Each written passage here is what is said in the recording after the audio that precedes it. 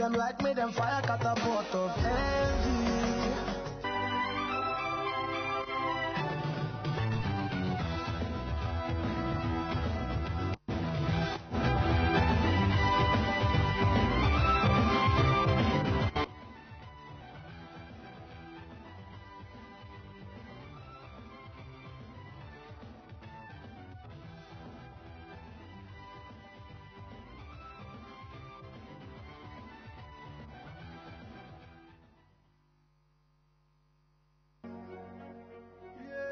Them like me, them fire catapult of.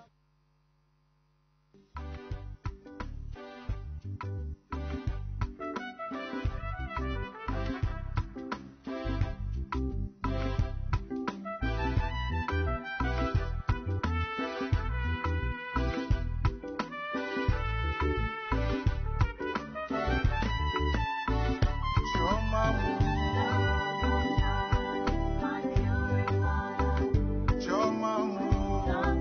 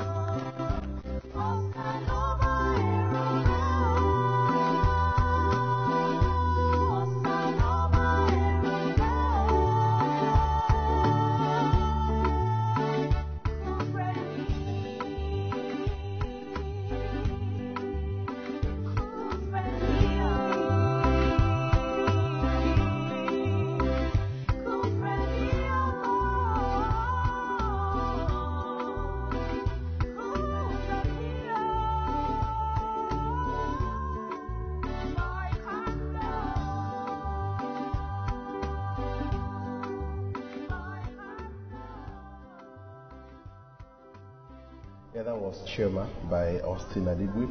Incidentally, Austin Adigwe is my guest on the past segment of the program. It's a gospel artist. Let me welcome Austin. You're welcome to the program this morning. Thank you very much, Hakeem. Good morning. Good morning, listeners. All right, let me just quickly tell you that Austin Adigwe is from Delta State. He's born into a devoted Catholic home.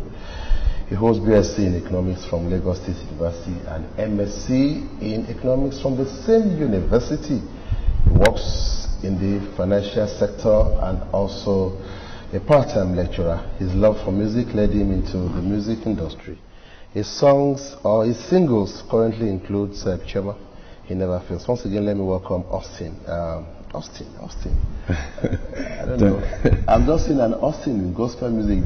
The Austin I know used to be footballers. Austin J.J. Okocha. Yeah. So good they named him twice. Anyway, welcome to the program. Thank you very much. What, if you look at your briefly, BSc in Economics, MSc in Economics, a lecturer, you work in the financial sector. Still, you don't want to leave music alone. Why?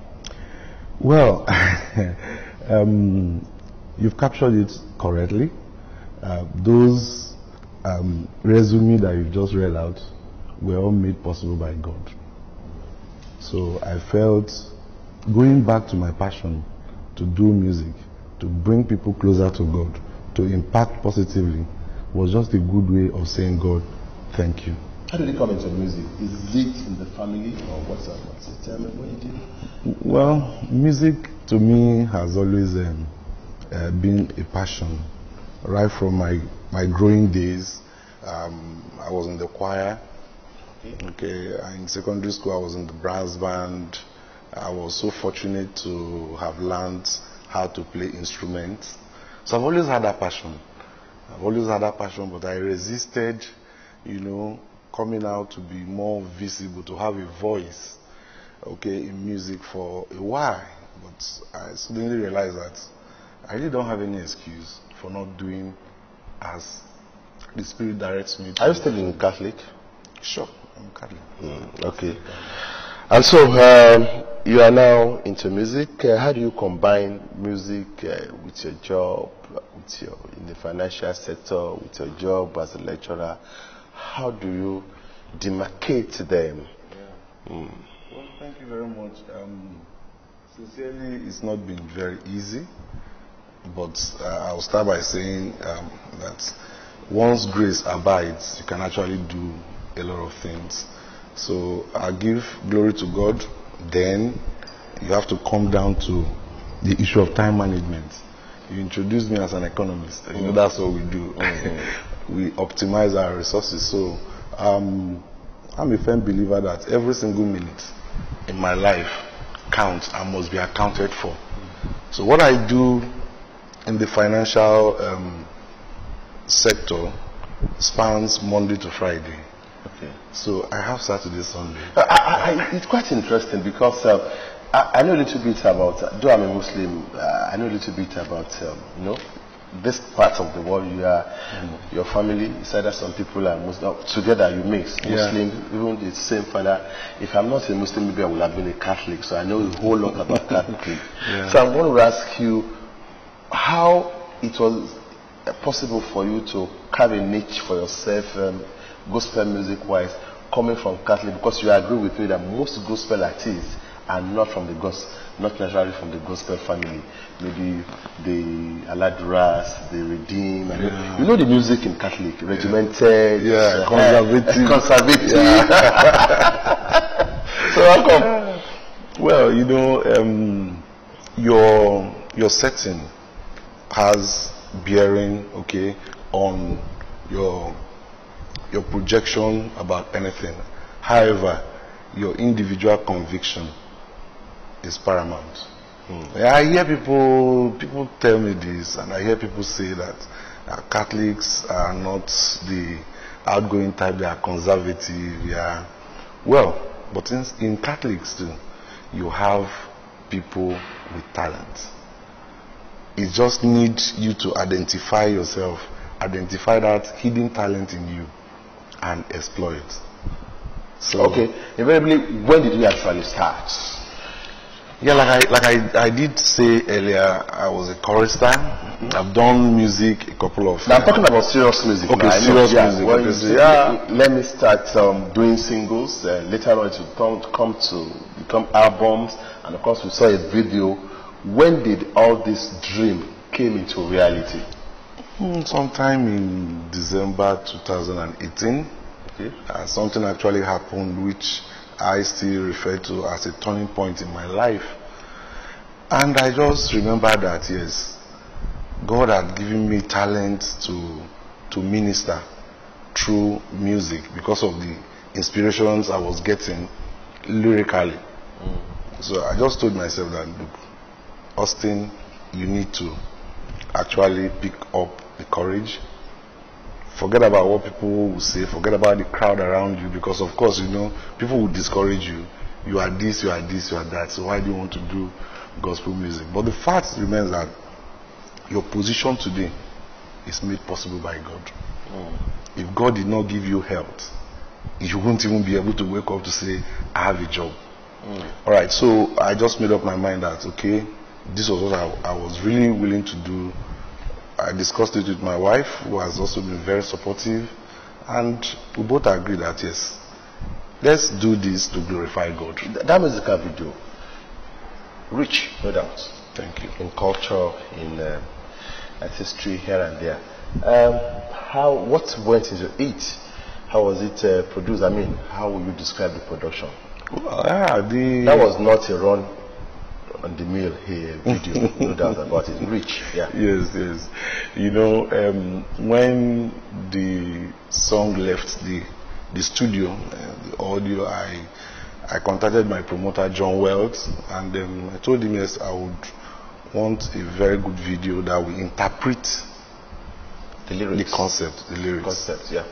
So it took us time, about 2 months. We went back and forth with quite a couple of concepts before we settled for what finally became the official video of Chioma. So I just needed to identify with our culture. You know, if I had wanted to bring in all the cultures, then the song would have been too long. So I said, okay, fine. Let me pick 2 major tribes and also pick 2 minority tribes and infuse them into the song. What message are you trying to pass across with Chioma? Yeah, Chioma basically is speaking to the fact that at some point in your life, you feel that God has forsaken you. Simply because your expectations are not coming as planned. But that's your own standard. God has his own standard for you. He has his own plans for you. So Chioma is basically a supplication to God. Not to forget me. Okay. Alright? And in addition, God should do what? Bless me. It's about singles now. What are the plans for album? Yes, working very hard towards that. My album should be out by March next year by the special grace of God. Yes. Alright, we saw Chioma, we had Chioma. I hope you get we saw Chioma, we had Chioma. We didn't see He Never Fails. We have not heard He Never Fails. Let us hear He Never Fails live from the studio. Thank you very much. Oh, you want me to? Yeah, sure. Okay. Okay, let me just give you a background and give me a background. Okay, so Jesus Never Fail was a song inspired by my environment. Okay. I saw a lot of hopelessness, a lot of issues around hope. People were becoming so dissolute. So I knew that I needed to do something to restore hope, to give them back hope, to inspire whoever feels that he's been left behind, either by the society or by God, to say that no matter the situation you're passing through in life, there is hope. Yes, there is hope. There is light at the end of the tunnel. Exactly. We have classical examples of people in the Bible that God met at the 11th hour. We call it the 11th hour, but that's God's own time. Yeah, I agree. You see, what usually happens is we have segmented our lives into milestones. God did not ask us to do that. So you have to graduate by 18. You have to marry by 24. You have to do this. Age defines everything we do. Now, but God has a plan for you. So, but because the world expects you to get married at 22, if you're not married at 22, you say God has failed you. Who says God has failed you? God has actually not failed you. You are holding God to your own standard. So that was why. Of course, that's why at times some hopeless people around 60 who think they can never bear a child, God will surprise them. Exactly. We've seen that. And that is the line I want to take now. Okay, all right. Like he did in days of old, he gave the fruit of womb to Hannah, even when men thought that was impossible. Oh, Job was afflicted, mocked and rejected for the Lord's name, but God turned his sorrows into victory. It doesn't matter what you're going through right now. It doesn't matter what the doctor said to you. Believe, put your trust in God alone. He'll make it right. That's interesting. Yes, I like that line. Okay, there are gospel music and there are gospel music. You agree with me? Sure. How do you want to describe your own brand of gospel music? Yes, my brand of gospel music is message of hope and love. That's it. I do more of message. Okay, I try to run away from too much of entertainment. Okay. Because that will always fade away. But when you give people message, you give them hope, they will listen and come back to the same song over and over again. Anytime they listen to the song, it solves a particular problem. So what's your impression about gospel music that is full of, I don't know, swags? Let me call it swags. That is full of danceable beats, so to say. And of course, even though you still get the message, even though some people will say, well, the entertainment, the dance has overshadowed the message, so to say. It depends on what you want to believe. But what's your impression? Well, you know, no two circumstances might be the same. So it depends on your frame of mind at any given point in time. Entertainment, danceable music, fantastic. There are instances where that will come handy.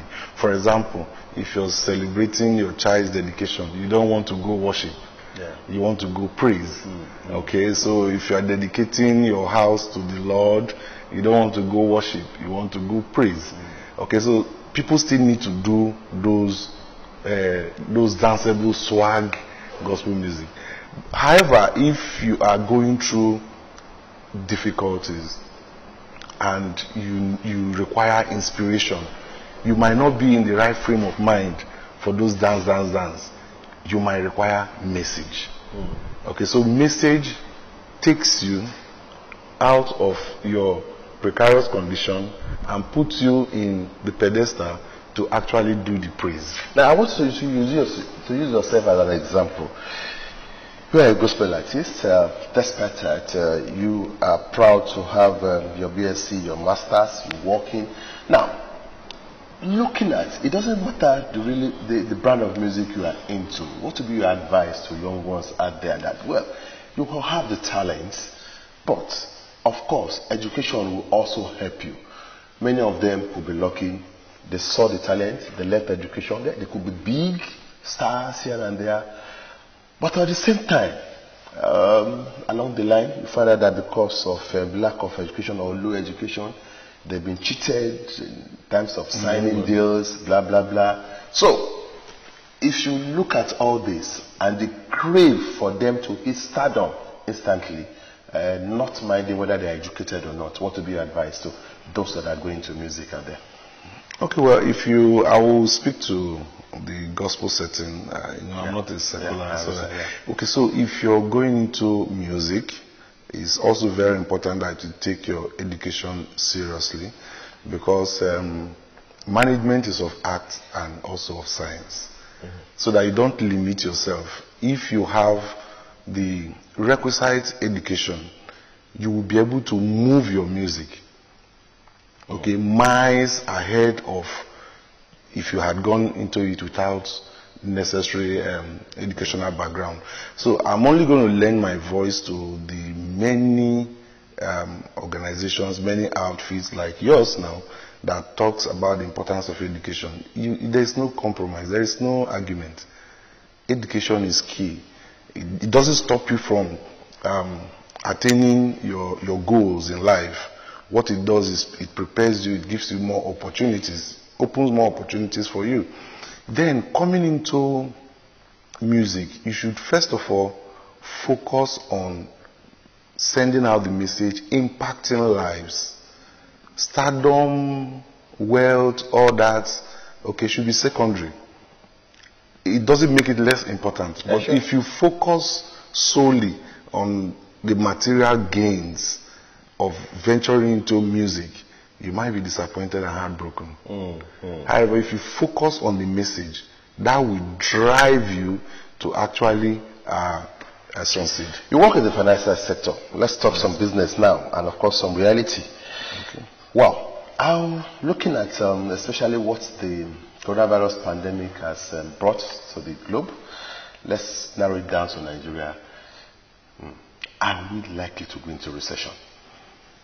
Well, recession is imminent, because if you shut down an economy for one day, okay, you lose a lot of grounds. Then you're talking about 2 months, 3 months. Definitely it will happen. However, I know that the resilience of Nigerians, even in recession that we've seen in the past, okay, will pull us out of it. The entire globe is either in denial of the economy being in recession or working very hard to overcome that. Our growth rate has been slowed. I would rather say we are technically in recession. That's the fact. Is it that is why you want to say the government had no option in jacking up electricity tariff from 200% now, and of course recently too increase in fuel and pump price? Economically, how is that going to affect Nigerians?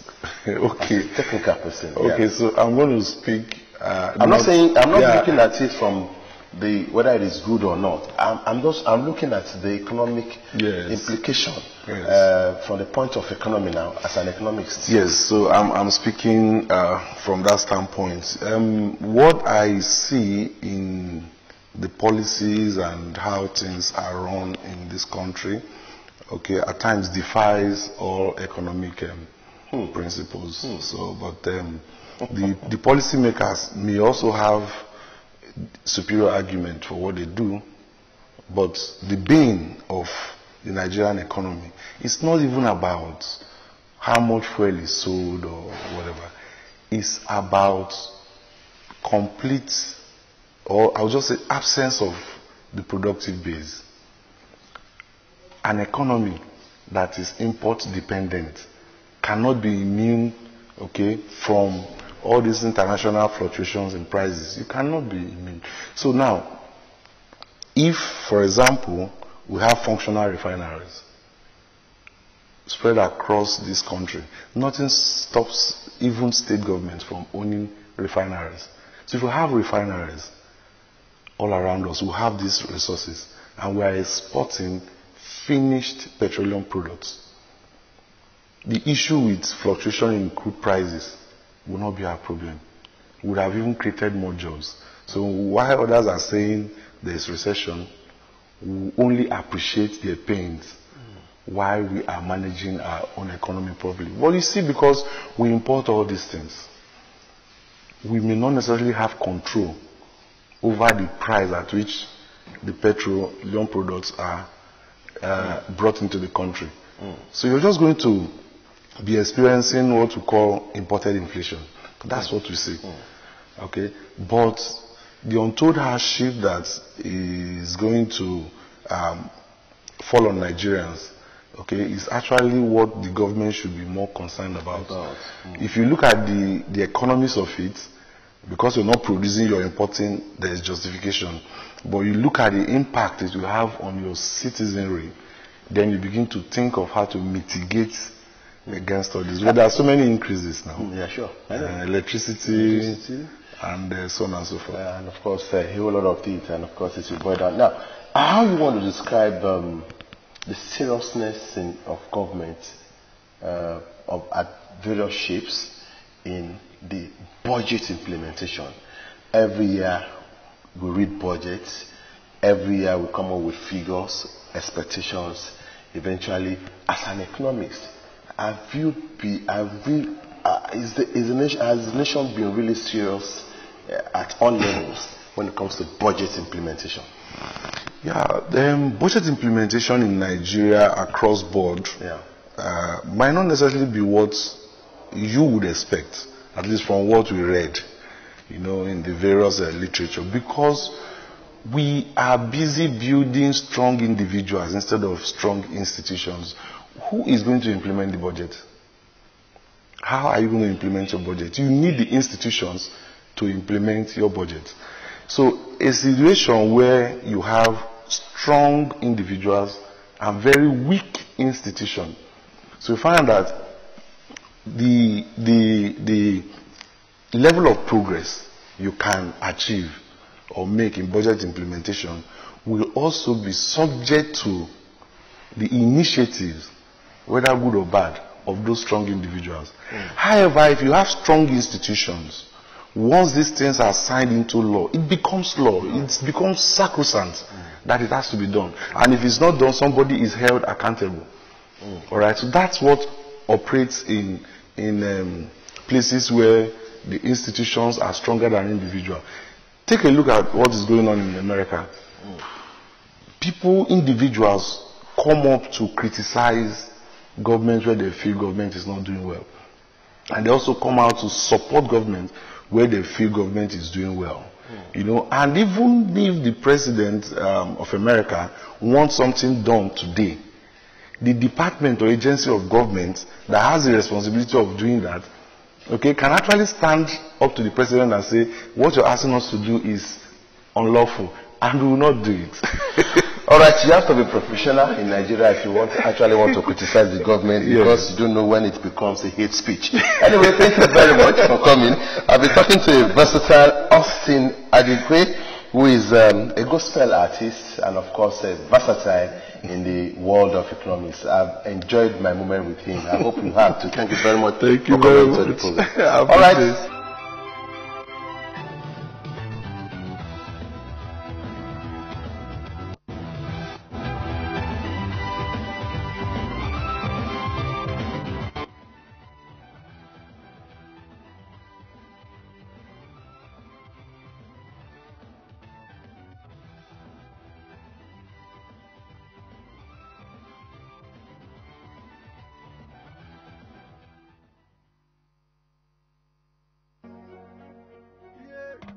Like me, them fire